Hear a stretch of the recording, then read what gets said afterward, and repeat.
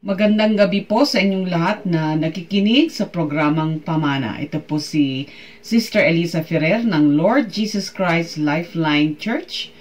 Binabati ko ang mga kapatiran sa Lifeline Church dito sa Baguio City, sa La Trinidad, Benguet, sa Dagupan City, Tarlac City at Bulacan. Magandang gabi rin po sa mga taga-subaybay ng programang ito sa iba pang dako ng Luzon, Visayas, at Mindanao. Ingatan at pagpalain kayo ng ating Panginoong Jesus.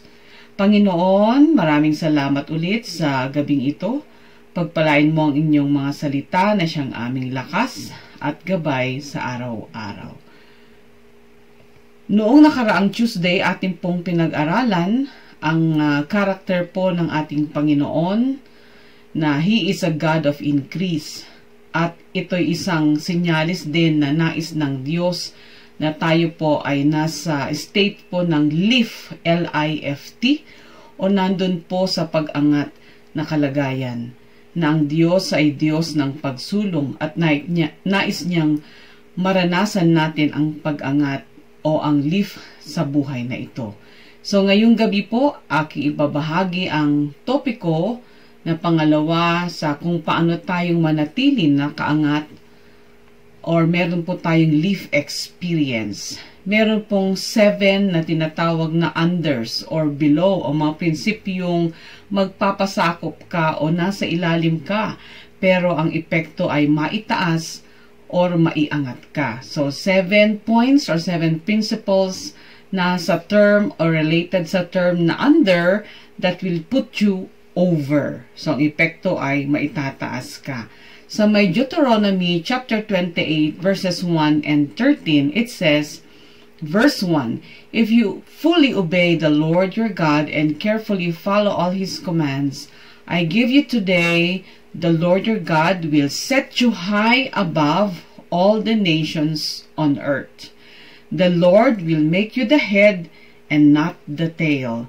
If you pay attention to the commands of the Lord your God that I give you this day and carefully follow them, you will always be at the top and never at the bottom. So napakalinaw po ang salita ng Panginoon sa Deuteronomy chapter 28 verse 1 and 13. So God wants us to be on top and not at the bottom. Sa kasalukuyang panahon, marami sa mga tao marahil ang gusto ay nakakaangat sa buhay. Ayaw ng tao na nasa ilalim siya o ayaw na siya ay under pressure or under any circumstances. Ang tao gusto niya nasa taas siya na kahit anong pressure or challenges sa buhay.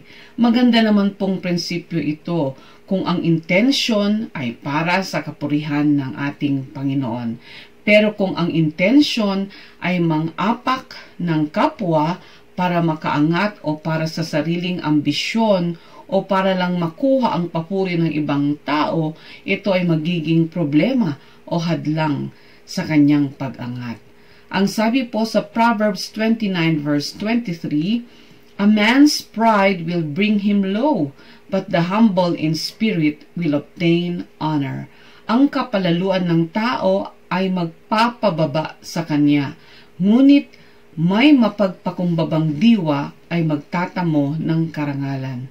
Matthew chapter 23 verse 12, it is translated as, at sino mang nagmataas at mababa, at sino mang nagpapakababa ay maitataas. Whoever humbles himself will be lifted up.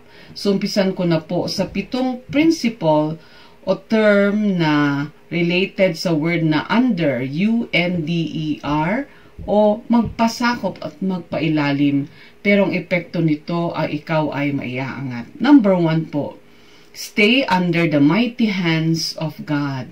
I repeat, stay under the mighty hands of God. Magpasakop sa kapangyarihan ng Diyos. In 1 Peter chapter 5 verse 6, it says, katulad ng nabasa ko rin kanina, humble yourselves therefore under God's mighty hand that He may lift you up in due time.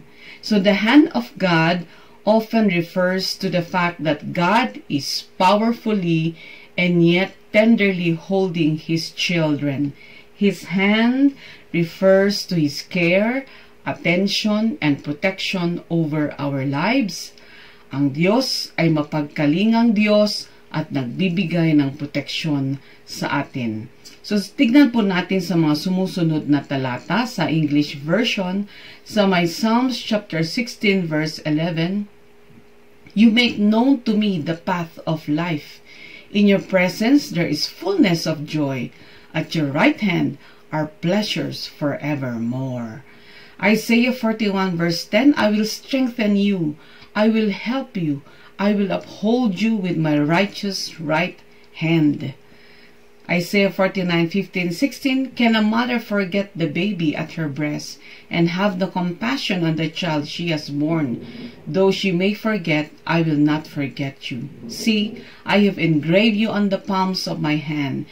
Your walls are ever before me. So lalahanin natin na sa Diyos o ang Diyos ay interesadong iangat niya tayo. Iangat. Or we are raised up or lifted up. Need lang po tayo o kailangan lang pong mapagpakumbaba at ang pagpupuri ay maibigay sa Diyos. So ang una po, staying under the mighty hand of God. Paniwalaan po natin ang Panginoon. Siya po ay makapangyarihan at pabayaan nating tayong manatili doon sa kanyang kapangyarihan. And it will result in your being powerfully lifted up by God. And by faith, mararanasan po natin yaon. Yun po yung una. Ang pangalawa, stay under grace. So tayo po ay manatili, nakapasakop sa biyaya. God's grace is overwhelming love. Ito po ay napakandang epekto, may epekto po sa ating buhay ang grace sapagkat pinagkatiwala at pinakita ng ating Panginoon ang kanyang pag-ibig, ang kanyang kabutihan. At ito ay nagmanifest nung siya po ay namatay doon sa krus ng Kalbaryo. At sa ngayon at sa kasalukuyan, ito po ang kanyang buhay ay nagmamanifest through the Holy Spirit.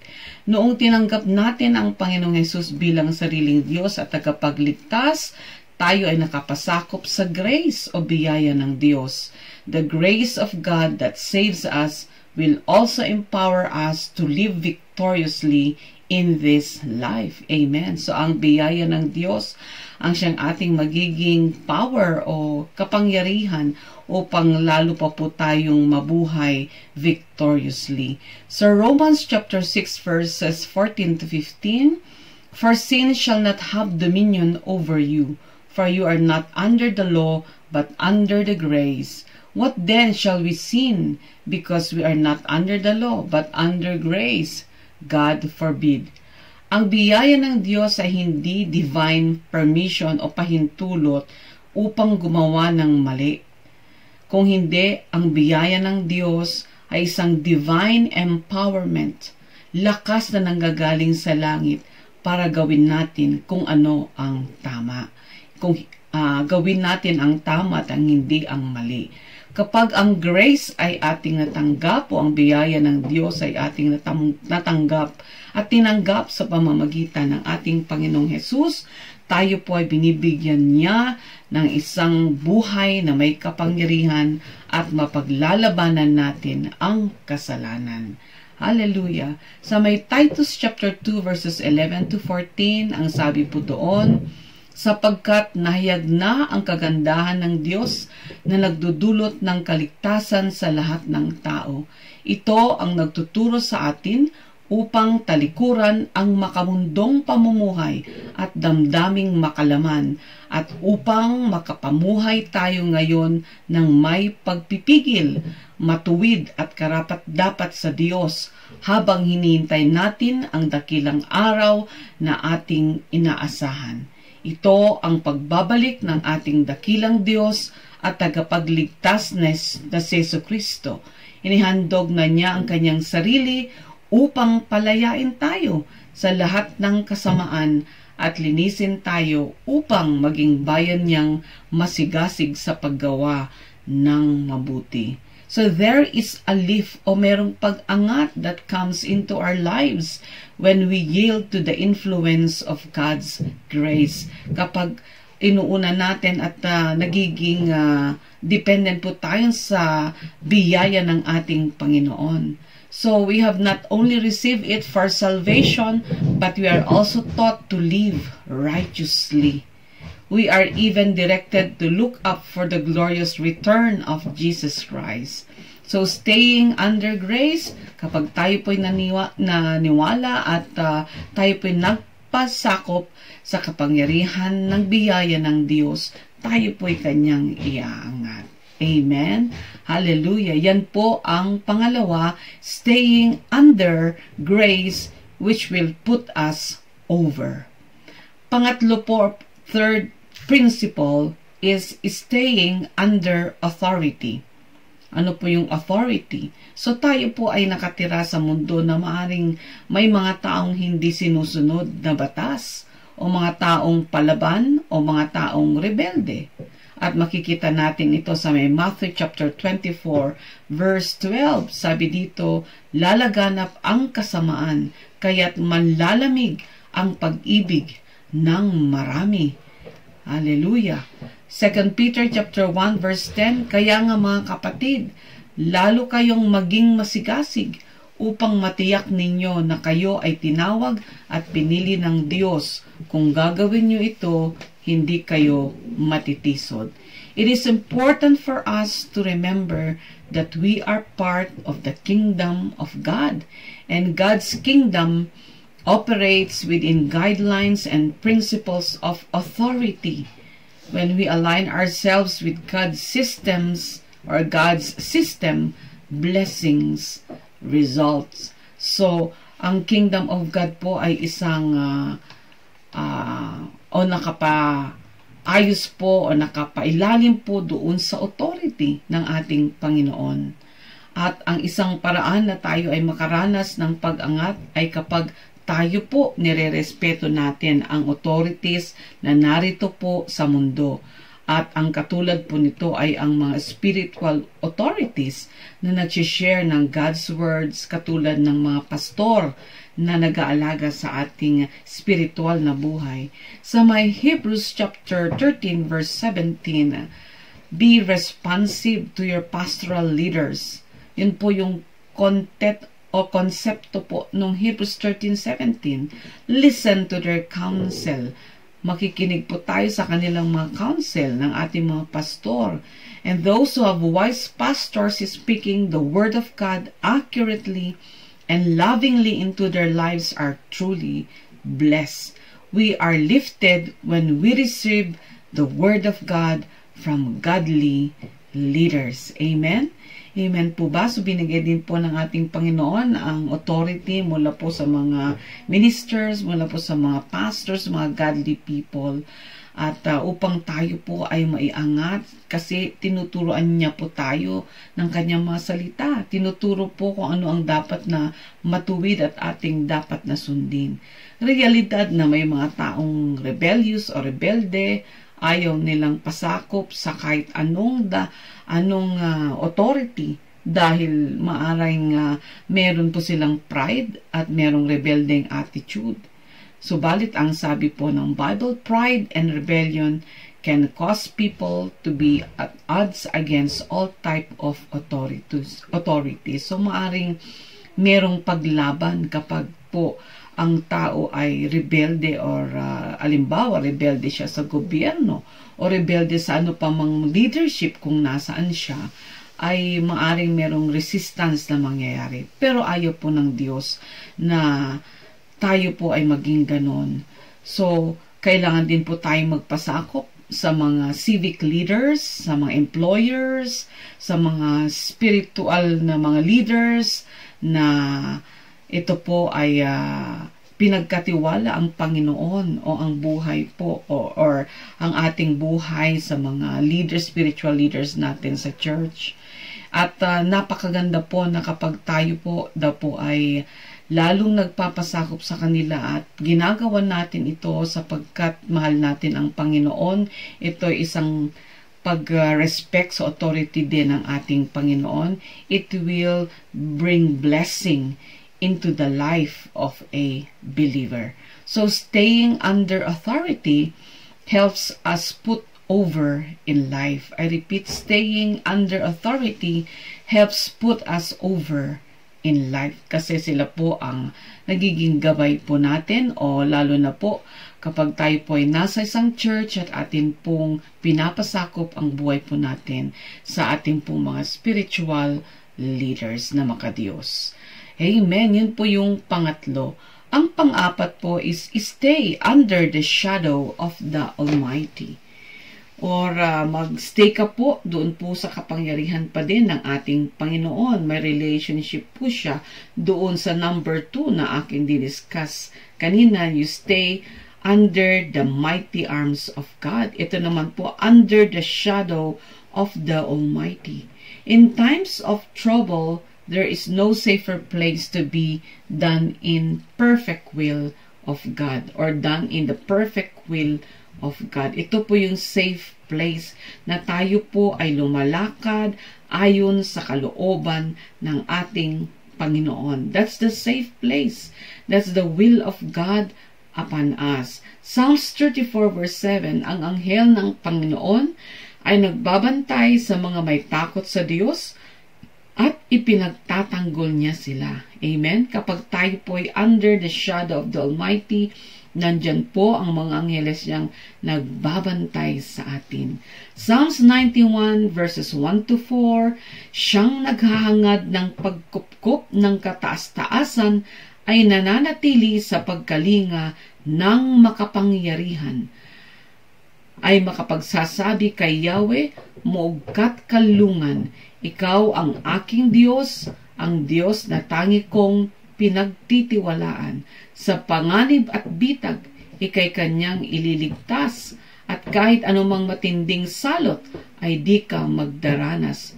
Lulukuban kanya sa ilalim ng kanyang malapad na pakpak, at sa kalinga niya ay lagi kanyang nakatitiyak na iingatan. Amen. Yan po napakaganda ang Psalms 91. He that dwells in the secret place of the Most High shall abide under the shadow of the Almighty. Kahit manatili po tayo doon po sa lugar na nais po ng ating Panginoon na naroroon. At yan po ay ang salita ng Diyos na nagpapalakas sa atin at sinasabi lagi at pinipilit lagi na ang Diyos ay makapangyarihan at nais niyang tayo po ay kanyang proteksyonan. Gusto po niya tayong bantayan. Amen? Praise God. Ito'y nagpapakita or laging ang protection ng Diyos ay available sa kanyang mga anak. Natural sa Diyos, so parang natural sa Panginoon na tayo po ay kanyang protektahan. At ang nais lamang po niya ay pagtiwalaan siya at gawin siyang kanlungan. Amen? Gawin po siyang pinagkakatiwalaan natin sa lahat ng bagay. Lalakas po ang ating pananampalataya at maaring ito'y nais niyang lumago po tayo sa pamamagitan muli ng kanyang, yung pagbabasa ng kanyang mga salita, sa pamamagitan ng pakikinig at pag-meditate ng kanyang mga salita. So, staying under the shadow of the Almighty lifts our spirits and gives us boldness in life. So, kapag po tayo ay laging inaangkin natin na tayo po ay nasa shadow o nandoon po sa kalinga ng ating Panginoon, ang ating pong spirito ay umaangat at nais po ng Panginoon na meron po tayong ganong attitude. Ang laging nandoon sa lifting, laging nandoon sa racing, laging nandoon sa may elevated na status. Amen. Yan po yung number 4, staying under the shadow of the Almighty. Number 5 po ay keep your flesh under.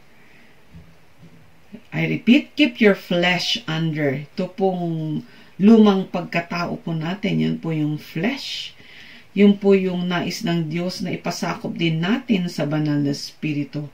So we should see our body as the temple of the Holy Spirit. Kasi nga po, templo po tayo ng banal na Espiritu at nais po niya na ang ating pong mga lumang pagkatao, ang makasalanang lumang pagkatao ay nakapasakop sa ating banal na espiritu. And we are to present our body as living sacrifice, holy and acceptable to God. Sabi po sa may Romans chapter 12 verse 1. We can yield to our flesh. Pwede ka namang mag-yield o kaya sundin mo ang karnal mong nature. Pero mas maganda po at mas magandang piliin natin na mag-yield po tayo sa ating spiritual na nature sapagkat tayo po ay mga nilalang na may katawan at merong pong kaluluwa na nakatira sa meron tayong kaluluwa at spirito na nakatira dito po sa katawang lupa. Tinawag tayo ng Diyos na maging spiritual, na tayo po ay mamuhay ayon sa kanyang mga salita at ma-influensyahan ng banal na spirito. At para magawa natin ito, hayaan natin na ipasakop natin ang ating body, ang ating pong katawang lupa sa banal na spirito na mas malakas po ang buhay natin na spiritual. At yun po yung magkakaroon po tayo ng healthy spiritual body. Maaring magreklamo ang karnal na katawan o flesh kapag hinayaan mong mangyari yun. Pero kapag hinayaan natin na ipasakop ito sa banal na spirito at magkontrol at magwagi sa ating buhay, mabubuhay nga po tayong spiritual being kahit po tayo ay nandito pa po sa lupa. At kapag nagawa natin, mas mabubuhay tayo ng matagumpay, victorious life. Lagi pong elevated, lagi pong lifted at hindi po talunan kung hindi matagumpay na buhay. So may Romans chapter 8 verse 13, it says, if by the Spirit you put to death the deeds of the body, you will live. So kapag pinasakop natin ang ating karnal na buhay, ang dating lumang pagkatao, ipinasakop natin sa banal na spirito, ang banal na spirito ang siya namang magbibigay sa atin ng buhay. Galatians chapter 5 verse 16, walk in the Spirit and you shall not fulfill the lusts of the flesh. Piliin po nating maging spiritual at mabuhay bilang mga spiritual na mga nilalang upang hindi po tayo hindi po magtagumpay ang ano pa mang flesh o karnal na buhay na meron tayo sa nakaraan. At yun po ang nais ng Panginoon para po sa atin, to keep the flesh under the Holy Spirit and allow the Holy Spirit to work in our lives. Amen. Yun po yung number 5. Number 6 po, keep Satan under your feet. Hallelujah. So a believer should never see himself or herself as being under Satan's power or authority. Why? The believer in Christ is already a part of the body of Christ. And why again? Jesus has conquered all powers and all principalities. They are all under the authority of Jesus Christ. And since we are in Christ, they're under as well too. At mayroon tayong kakayanan o authority na i-resist ang ano pa mang gawain ni Satan through the name of Jesus. And nothing shall by any means hurt us. Ang sabi po sa may Luke chapter 10 verse 19. Kailangan lang po natin itong paniwalaan that greater is Jesus who is in us than he who is in the world. So tapos na po ang trabaho po ng ating Panginoon. Tayo po'y nakalaya na po doon po sa sting of death at even in the power of Satan because Jesus has died for us. So once we have received Jesus, and Jesus has the power and dominion over any evil spirit. Amen. Ephesians chapter 2 verse 6, it is important for us to remember who we are in Christ and to know our position in Christ. And that is, we have been seated with Christ in heavenly places. Praise the Lord. Yun po yung ating position. Kailangan lang pong alam po natin ang ating position sa ating Panginoon so that we remain lifted. We remain na nakakaangat po tayo against the enemy. God teaches us to put on the full armor of God in Ephesians chapter 6 verses 10 to 18 so that we can walk experientially in the victory that is already ours legally. So meron na po tayong legal rights and authority to resist the enemy because Jesus is already in us and with us, and we just need to use this power in the name of Jesus. Amen and amen. Yun po yung nais ng Diyos sa atin. We have to keep Satan under our feet at hindi po yung kabaliktaran. Kung hindi ang Diyos, ang kapangyarihan ng ating Panginoon Kristo ang siyang mas marami at ang major na nangyayari po sa ating buhay. Amen. At ang panghuli po ay ang staying under the blood of Jesus. So a person who trusts in Jesus and in His shed blood has been cleansed and declared righteous before God. So tayo po ay matuwid na po sa harapan ng ating Amang nasa langit sa pamamagitan po ng ating Panginoong Hesukristo. Siya po ang may takda nito. Siya po ito po ay kanyang ginawa upang tayo po ay maligtas at upang tayo po ay manatili po sa Kanya. Sa Hebrews chapter 13 verse 20, the blood of the everlasting covenant, God has established His covenant with us based on the blood of His Son. When we stay under the blood, which means we are trusting in the power and benefits provided by the blood of Jesus shed for us, not only in forgiveness and cleansing is available for us, but we are more lifted into all the benefits of the covenant that God has established with us. Ulitin ko po yun. Tayo po'y nananatiling lifted or naka-elevate po sapagkat lahat po ng benefits o yung mga dapat nating maranasan sa pamamagitan ng dugo ng ating Panginoong Kristo ay atin pong mararanasan. Amen. Nandun po yung power na tayo po maging matagumpay spiritually sa lahat po ng battle natin at lahat ng ating maaring experiences sa buhay na ito habang narito na po, pa po tayo dito sa lupa. So, nais ng Diyos na tayo po ay nakaposisyon sa taas. Nais niyang tayo ay ulo, katulad ng binasa ko po doon po sa Deuteronomy chapter 28 verses 1 and 13. At ayaw niyang tayo po ay buntot. Gusto niyang tayo ay ulo. Pero kailangan po tayo magpasakop upang iangat tayo ng ating Panginoong Jesus. Tayo po magpasakop sa Diyos sa Kanyang mga salita. Hallelujah.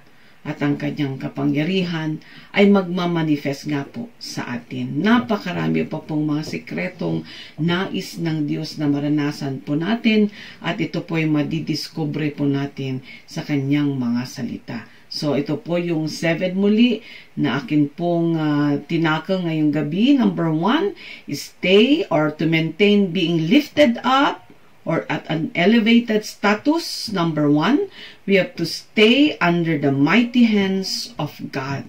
Hallelujah. Number 2, stay under grace. Number 3 po, stay under authority. Number 4, stay under the shadow of the Almighty. Number 5, keep your flesh under. Let the spirituality become over it. And number 6, keep Satan under your feet. And number 7, stay under the blood. So maaring tayo po ay nasa ilalim o nagpapasakop tayo, subalit ang ginagawa naman ng Diyos ay inaangat niya tayo. Hallelujah! Hallelujah! Yan po ang kapangyarihan ng salita ng ating Panginoon. Panginoon, salamat pong muli sa spiritual na pagkain ngayong gabi. Tulungan mo kami na magawa namin ang nakasaad sa Biblia sapagkat ito ang kalooban at nais mo para sa amin na kami ay makaranas ng pag-angat sa buhay na ito. Alalahanin namin na kami ay mga taong may katawan na may kaluluwa at espiritu na nakatira sa katawang lupa, pero nais mong kami ay maging ulo at hindi po buntot. Lalo mo po kaming palakasin sa aming pong mga spiritual na buhay sa pamamagitan ng iyong mga salita. At pagpalain mo ang bawat isang nakinig ngayong gabi. In Jesus' mighty name, Amen and Amen. Muli po, magandang gabi sa bawat isa at pagpalain tayong lahat ng ating Panginoong Jesus. Bye-bye po. Good night po.